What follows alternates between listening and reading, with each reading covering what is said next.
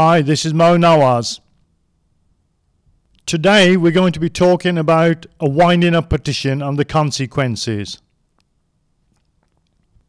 If you have been issued with a winding up petition against your company because the company owes money,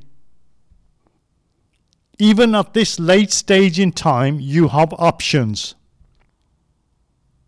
If you are in a position to pay the debt, you can pay the money owed before the court date and get the case dropped, or fight it if you believe it is worth defending.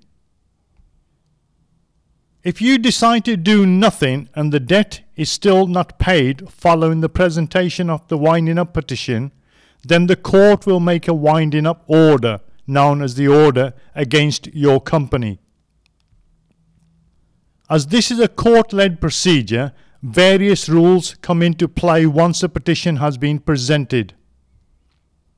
The presentation of a petition has serious consequences for the directors and the company.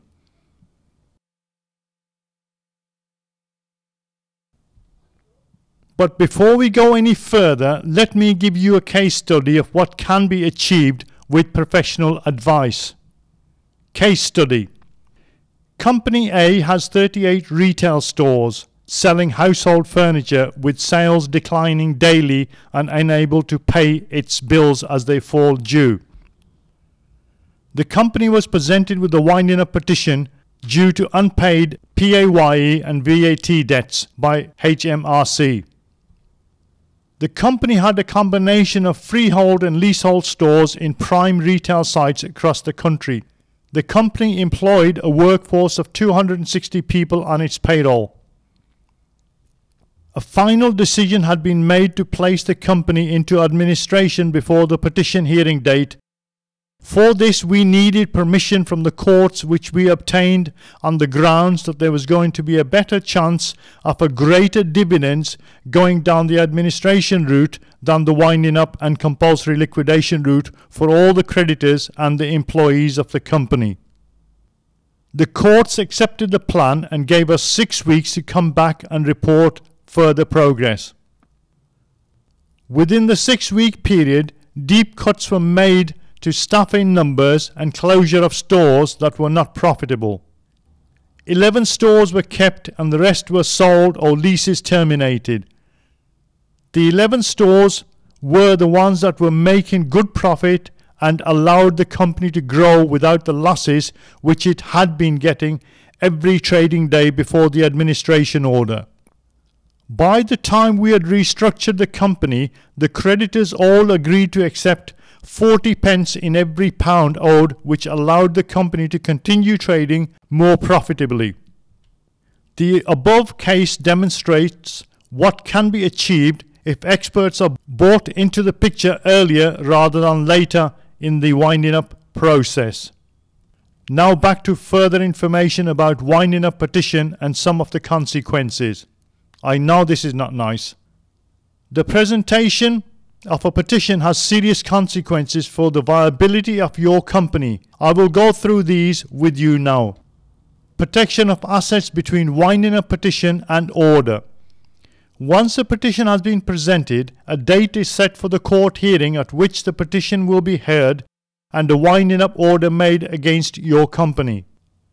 Time from petition to court hearing. A considerable time may elapse between the presentation of the petition and the hearing date for the court to issue the winding up order.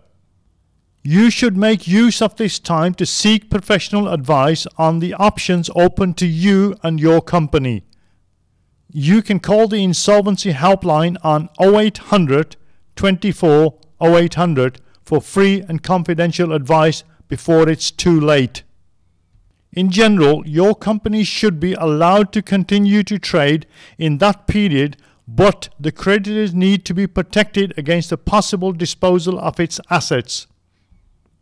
You need to be careful on what you do during that interim period. Your actions as a director are therefore under great scrutiny in this period of time, and the ability to trade effectively can be impaired due to the impending hearing being at the forefront of your mind.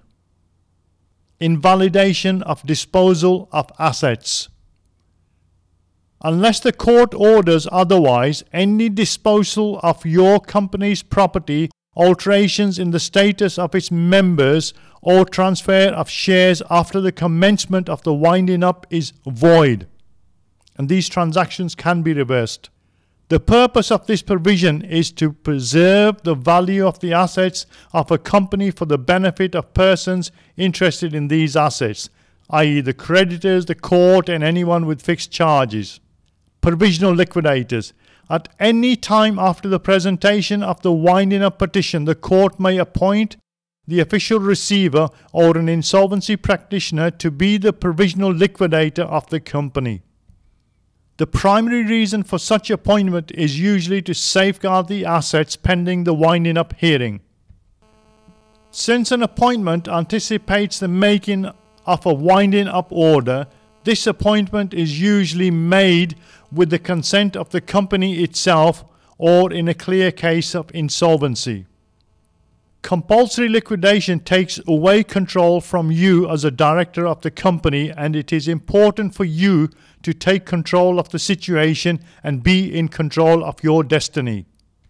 This is Mo Nawaz signing off.